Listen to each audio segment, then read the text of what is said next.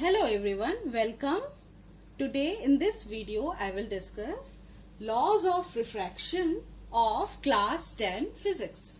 Now, refraction of light obeys two laws of refraction. First law, the incident ray, the refracted ray and the normal at the point of incidence all lie in the same plane. So, let us suppose this is a surface separating two medium. This is medium 1. This is medium 2. Now this is medium 1, this is medium 2 and this surface is separating the two medium. So if this is a normal making an angle 90 degree with the surface and a ray of light is incident at this point. This point is known as point of incidence and this is incident ray making an angle, and this incident ray makes an angle I with the normal this. Then since the ray of light it is traveling from one medium to the another medium, so there will be bending of light, and that bending of light, that phenomena is known as refraction. Suppose like this, and this angle is known as angle of refraction. This is angle of incidence and this is angle of refraction. This is incident ray,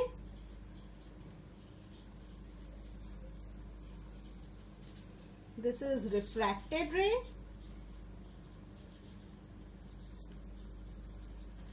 this is normal,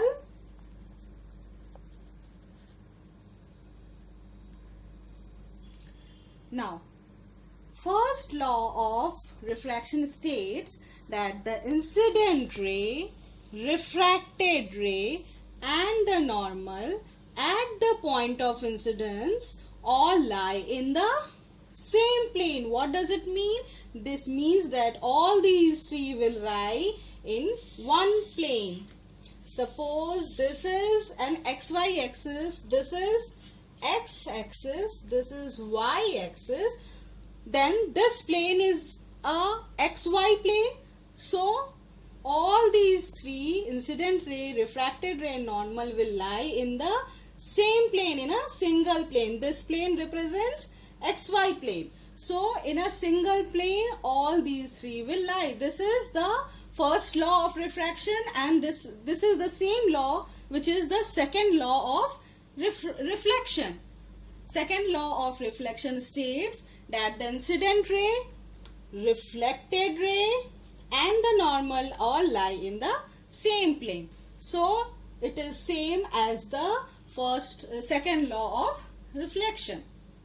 Now second law of refraction states that the ratio of the sine of the angle of incidence, that is sine I, sine of angle of incidence is I, to the sine of the angle of refraction, so that is sine R, is constant. This means this one is constant. So this is the second law of refraction, which states that the ratio of sine of angle of incidence to the sine of angle of refraction is equal to a constant. So these are two laws of refraction, and it is also known as Snell's law. Snell's laws. So sin I by sin R is equal to constant. Now this constant is known as refractive index, and we represent it by the symbol, and it is known as mu. So in this case, this constant we will write mu 2 1. Now what does it mean? It means refractive index of medium 2 with respect to medium 1, and that is equal to sin I by sin R. Now one more important point in second law of refraction is that this constant, this ratio of sin I by sin R is constant for the pair of given media. This is very important point.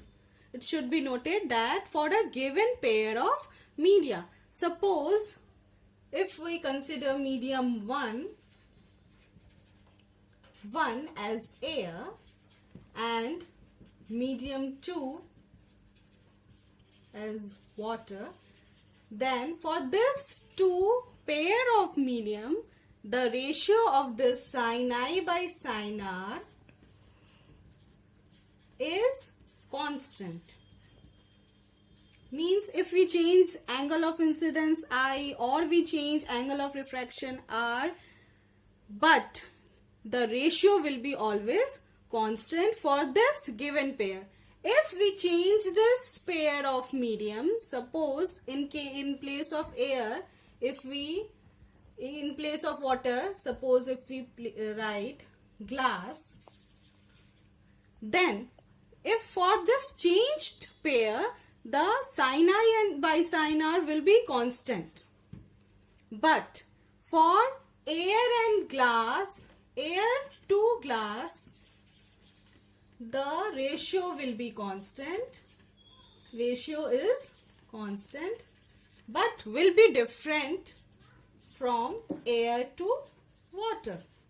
So this ratio is constant for the given pair of medium, and it will vary if you will change the pair of medium.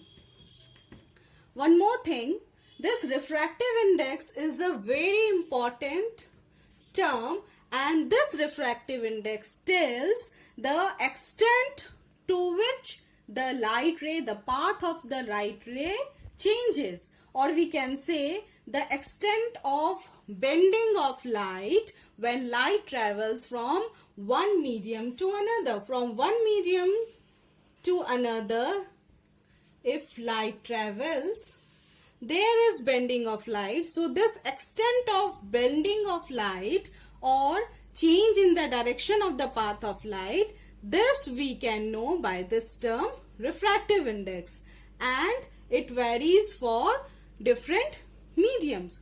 From one medium to another medium, if light ray travels, suppose from rarer to denser medium, in that case rarer to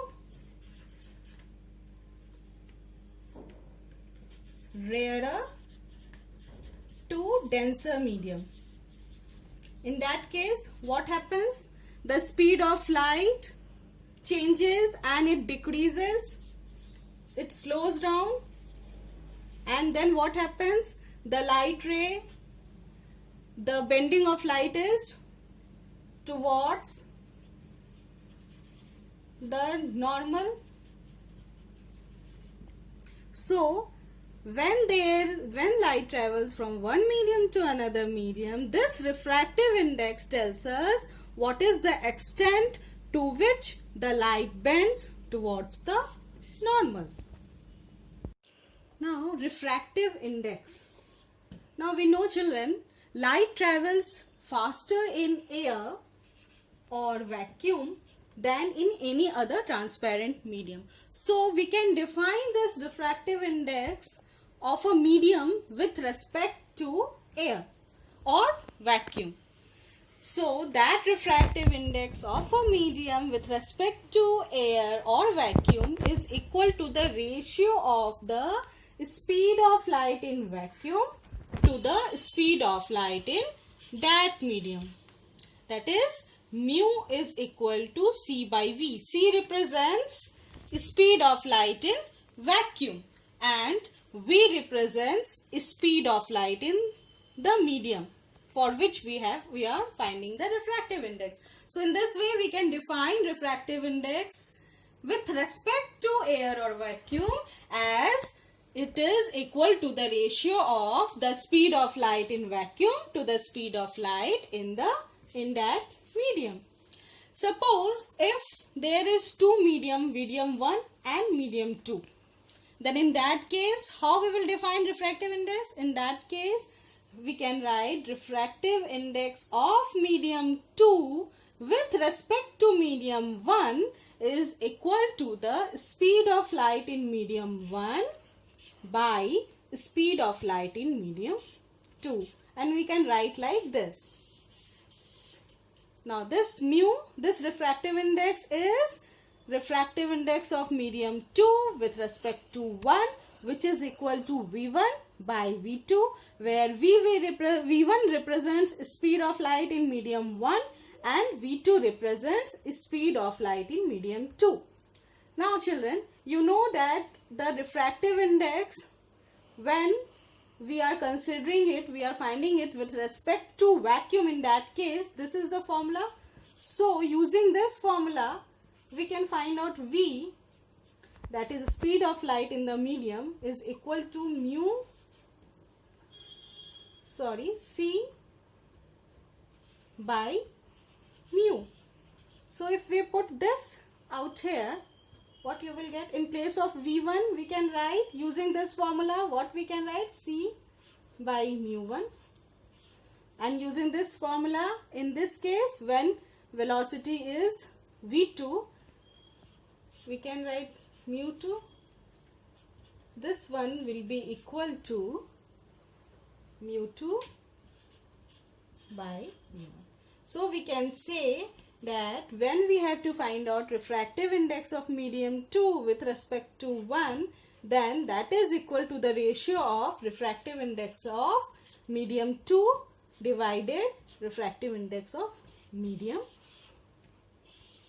1. Now one more thing, one more important point to be noted, that when this medium 1 and this medium 2 are same, medium 1 and medium 2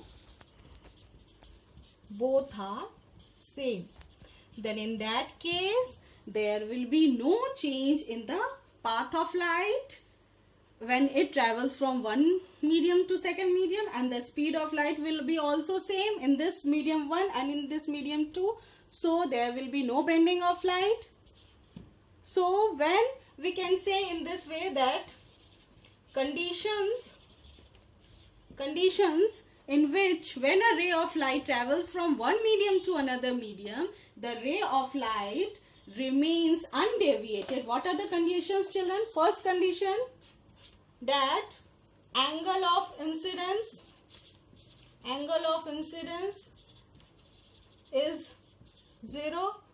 This is the first condition. In that case, the angle of incidence separating the two media, when this is normal, this is I, this I is 0, means this incident ray coincides with the normal, like this.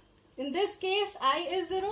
So in this case, the ray passes this medium 1 to 2 undeviated. It is undeviated. So this is one of first condition in which the ray of light passes undeviated when it moves, when it travels from one medium to another medium. Second condition is this one, that if medium 1 and medium 2, this is 1 and 2, both medium are same, in that case also the ray of light will not bend and it will travel undeviated. So in this case, medium 1 and medium 2 are same. So these two are the two conditions in which there is no change in the path of light when light travels from one medium to another medium. So children, that's all for today. Thank you.